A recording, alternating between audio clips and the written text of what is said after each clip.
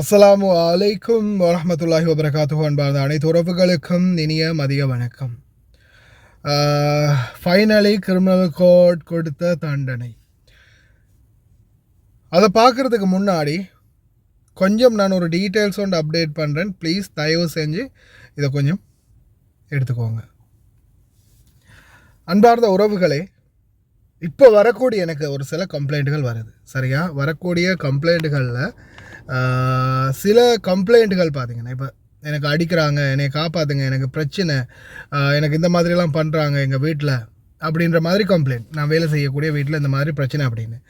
ஆனால் இந்த கம்ப்ளைண்ட் வந்து இவங்க சொல்லக்கூடிய இந்த சம்பவம் வந்து எப்போ நடந்திருக்குது, இப்போ இது எப்போ நீங்கள் இந்த வீட்டுக்கு வந்தீங்க, எப்போ உங்களுக்கு இந்த சம்பவம் நடந்திருக்குது அப்படின்னு கேட்கும்போது, நான் வந்து 6 மாதம் ஆகுது, 3 மாதம் ஆகுது, நான் வந்து 1 வருஷம் ஆகுது, நான் வந்து 2 வருஷம் ஆகுது, வந்த நாளில் இருந்து எனக்கு இந்த மாதிரி அடிக்கிறாங்க, இந்த மாதிரி அநியாயம் பண்ணுறாங்க, இந்த மாதிரியெல்லாம் என்னை வந்து சித்திரவதை பண்ணுறாங்க, வந்த நாளில் இருந்தே இது நடக்குது அப்படின்ற மாதிரி ஒரு சிலர் சொல்லியிருந்தாங்க. மருந்து எடுத்து கொடுக்குறாங்கல்ல, சாப்பாடு கொடுக்குறாங்கல்ல, உடுப்பு கொடுக்குறாங்க இல்லை, பெண்களுக்கு தேவையான விடயங்களை வந்து கொடுக்குறாங்க இல்லை, இந்த மாதிரி சில கம்ப்ளைண்ட்கள் ஆண்களும் சரி பெண்களும் சரி கம்ப்ளைண்ட் பண்ணுறீங்க. ஆனால் இதில் என்னுடைய கேள்வி என்னென்னா, இப்போ நேற்று நான் வந்தது, நேற்று இந்த வீட்டுக்கு நான் முந்தைய நாள் தான் வந்தேன், ஒரு 5 நாள் தான் வந்து, இல்லை 1 மாதம், 1 வாரம், 10 நாள், 20 நாள், இந்த மாதிரி கம்ப்ளைண்ட்டை விட வரக்கூடிய அதிகமான கம்ப்ளைண்ட் பார்த்தீங்கன்னா 6 மாதம், 3 மாதம், 1 வருஷம், 2 வருஷம், இந்த மாதிரி தான் கம்ப்ளைண்ட் வருது. நான் கேட்குறது என்னென்னா, உங்களுக்கு இவ்வளவு காலம் ஏன் பொறுமையாக இருக்க வேண்டிய சூழல் என்ன காரணம்? ஆனால் அப்படி இருந்த பிறகு கடைசி கட்டத்தில் ஏன் தயவு செய்து பாஞ்சு போகாதீங்க, ஏன் பாஞ்சு போகிறீங்க? சரி, இவ்வளவு காலம் பொறுமையாக இருந்தீங்க, இன்னும் கொஞ்ச நாள் சரி இருந்து 1-2 வருஷத்தை முடிச்சுட்டு உடனடியாக எம்பசிக்கோ அல்லது அமலா மன்சிலாக்கோ அறிவித்து ஏதாவது ஒரு முடிவு பண்ணலாம். சிலர் வந்து 1 வருஷம் 11 மாதம் அந்த கேப்பில் பாஞ்சு போயிருக்கிறாங்க. 1 வருஷமும் 10 மாதமும் பாஞ்சு போயிருக்கிறாங்க வீடு பிரச்சனைன்னு. அப்போ அந்த 1 வருஷமும் 8 மாதமும் 9 மாதமும் 1 வருஷமும் 10 மாதமும் பல்ல கடிச்சு பிடிச்சி கஷ்டப்பட்டு எப்படியாவது வேலை செய்யணும்னு இருந்தவங்க ஏன் இந்த கடைசி கட்டத்தில் இந்த முட்டாள்தனமான தீர்மானத்தை எடுக்கிறாங்கன்னு தெரியலை. ஆனால் அதே போல் ரிஸ்க் எடுக்கிறாங்க சிலர் வந்து லைஃபையே ரிஸ்க்காக வைக்கிறாங்க. என்ன பிரச்சனைனா, இப்போ இந்த கேஸ் ஒன்று, இன்சிடெண்ட் ஒன்று நடந்த சபால் நாசர் சம்பவத்தில் 15 வருடம் கடூழிய சிறை தண்டனை விதித்து தீர்ப்பளிச்சிருக்காங்க. இவங்க என்ன பண்ணியிருக்காங்கன்னா, பணிப்பெண்ணை வந்து ஒவ்வொரு நாளும் தடி ஒன்றை வச்சு தடியால் அடித்து கொடுமைப்படுத்திருக்கிறாங்க.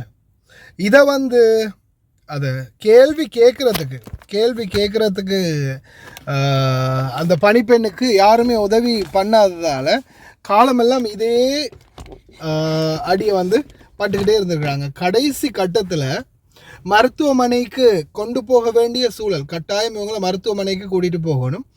ஆனால் அந்த சூழல்லையும் அடித்து கொடுமைப்படுத்தி வச்சுருக்கிறாங்க. கடைசியில் வைத்தியசாலைக்கு அவங்கள ஆம்புலன்ஸ் மூலம் தான் அதிகாரிகள் வந்து அவங்களுடைய உடலை மீட்டு கொண்டு போகிறாங்க. கொண்டு போய் அங்கே செக் பண்ணி பார்க்கும்போது மருத்துவ உதவி தேவைப்பட்டிருக்குது அவங்களுக்கு. இன்றைக்கு நேற்று இல்லை, பல நாட்களாக ஒவ்வொரு நாள் இது 1 மாதம், இது 1 நாள், இது 5 நாளைக்கு முன்னாடி, இது 2 நாளைக்கு முன்னாடி அப்படின்னு ஒவ்வொரு இடங்கள்லையும் ஒவ்வொரு காயங்களை வெரிஃபை பண்ணியிருக்கிறாங்க. ஏன்னா இது வந்து இப்போதைக்கு இது வந்து தடுப்பு காவல் தான். 15 வருடம் கடூழிய சிறை தண்டனை. ஒருவேளை இன்னொரு 5 வருஷம் போகும்போதோ 10 வருஷம் போகும்போதோ, இல்லை இந்த கடூழிய சிறை தண்டனை முடிந்த பிறகு அவங்கள தூக்கிலிடுறதுக்கு வாய்ப்பு இருக்குது. ஆனால் இது என்ன நடந்துச்சு? இறந்த சடலத்தை கொண்டு போன பிறகு தான் தண்டனை கிடைச்சு. ஆனால் உசுரோடு இருக்கும்போதே நீங்கள் சம்பந்தப்பட்ட அதிகாரிகளுக்கோ, தூதரகத்துக்கோ, வெளிநாட்டு வேலைவாய்ப்பு பணியத்துக்கோ, ஏஜென்ட்டுக்கோ, இவங்க 3 பேராலையும், தூதரகத்தாலேயும் உதவி இல்லை, ஏஜென்ட்டாலேயும் உதவி இல்லை, இலங்கையில் வெளிநாட்டு வேலைவாய்ப்பு பணியகம், நாட்டில் இருக்கக்கூடிய அரசாங்கத்தாலேயும் எந்த ஒரு உதவியும் கிடைக்கலன்ற பட்சத்தில் நீங்கள் ஒரு வீடியோ எடுத்து உங்களுடைய சோஷியல் மீடியாவிலையாவது பதிவிடலாம், அல்ல இந்த சோஷியல் மீடியாவில் இருக்கக்கூடியவங்களுக்காவது அனுப்பலாம். அந்த வீடியோ மூலமாக பப்ளிஷ் பண்ணி சரி ஏதாவது ஒரு உதவிகள், உங்களுடைய நிலைமை என்ன அப்படின்றது இப்போதைய காலகட்டத்தில் உங்களுக்கு தெரியும். சோஷியல் மீடியாக்களில் வீடியோக்கள் பதிவிடப்பட்டால் உடனே ஆக்ஷன் எடுக்கிறாங்க. நிறைய பேர் வந்து சோஷியல் மீடியாவில் வீடியோ பப்ளிஷ் ஆகினதுமே கொஞ்சம் அது கோலுக்கு அடங்காதவங்க, நம்மளுடைய பேச்சுக்கு மதிக்காதவங்க, சோஷியல் மீடியாவில் வீடியோ விழுந்ததுமே உடனே துடிச்சு போய் வேலைகளை செய்கிறாங்க. அப்போ இந்த மாதிரியான சூழலில் நீங்கள் ஒன்று இந்த மாதிரியாவது ஏதாவது ஒரு முயற்சி எடுக்கலாம்.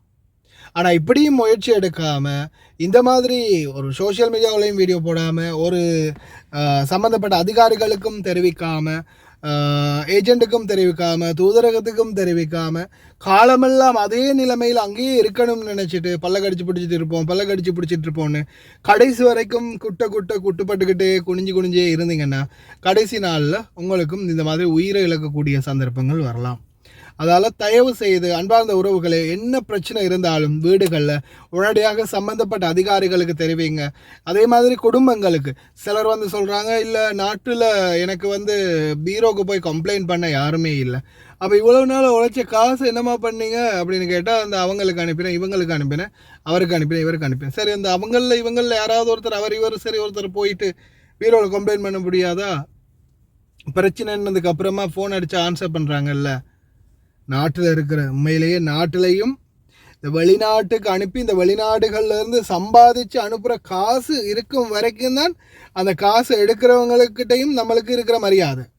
அதே அந்த காசு அவங்களுக்கு கிடைக்காது, இனி இவங்களால் எந்த ஒரு பிரயோஜனமும் இல்லை, இவங்க மாட்டிக்கிட்டாங்க, இவங்களுக்கு பிரச்சனை, இனிமேல் இவங்களால் நம்மளுக்கு எந்த ஒரு லாபமும் இல்லை அப்படின்ற நிலைமை வந்ததுக்கு அப்புறமா நாட்டில் இருக்கிறவங்களும் கை கழுவி விட்டுடுறாங்க அப்படின்றது தான் ஒரு கவலைக்குரிய விடயம்.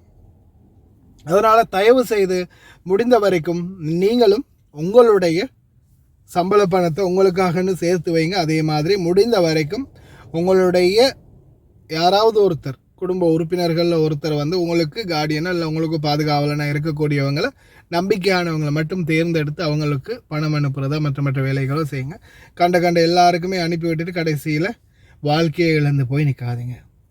அதே மாதிரி தயவு செய்து ஏதாவது ஒரு பிரச்சனை வந்துச்சுன்னா தயவு செய்து இன்ஃபார்ம் பண்ணுங்கள். ஏன்னா இந்த மாதிரியான நிலைமை கடைசியில் உங்களுக்கும் வரலாம். இன்றைக்கி அவ்வளோ அடிபட்டு அடித்து சித்திரவதை பண்ணி கடைசியாக கொன்னே போட்டாங்க. அதுக்கப்புறமா மருத்துவர்கள் பரிசோதனை பண்ணும்போது சொன்ன விடயம்தான், ஒவ்வொரு காயங்கள், உடம்புல இருக்கக்கூடிய காயங்கள் பார்த்திங்கன்னா ஒவ்வொரு நாள், மாதம், வருடம் அப்படின்னு ஒவ்வொரு வேறுபட்டு இருந்திருக்குது. சொல்லி வேலை இல்லை. தயவு செய்து கவனம். முடிந்த வரைக்கும் உங்களுடைய உயிரை பாதுகாத்து கொள்வது உங்கள் கையில் இருக்குது. இந்த நாட்டில் சட்டத்திட்டங்கள் இருக்குது, ஆனால் அதை சரியாக நம்ம முறையாக பயன்படுத்தினா, முறையாக அவங்கள்ட்ட முறைப்பாடு செய்தால், அப்படி மேலாத உயிர் போகிற கட்டம், இந்த மாதிரி சிச்சுவேஷன் ஓவராக இருக்குதுன்னா அப்படி முடியாத கட்டத்தில் தப்பிப்போங்க. வெளியே போய் ஏஜென்சிக்கோ அல்லது எம்பசிக்கோ அல்லது பக்கத்தில் இருக்கிற போலீஸ் ஸ்டேஷனுக்கோ சரி போங்க. அந்த மாதிரி ஒரு சூழல் வந்துச்சுன்னா, ரொம்ப ரிஸ்கியான சூழலில் இருந்துச்சுன்னா உசுரை விட வேண்டிய அவசியம் இல்லை.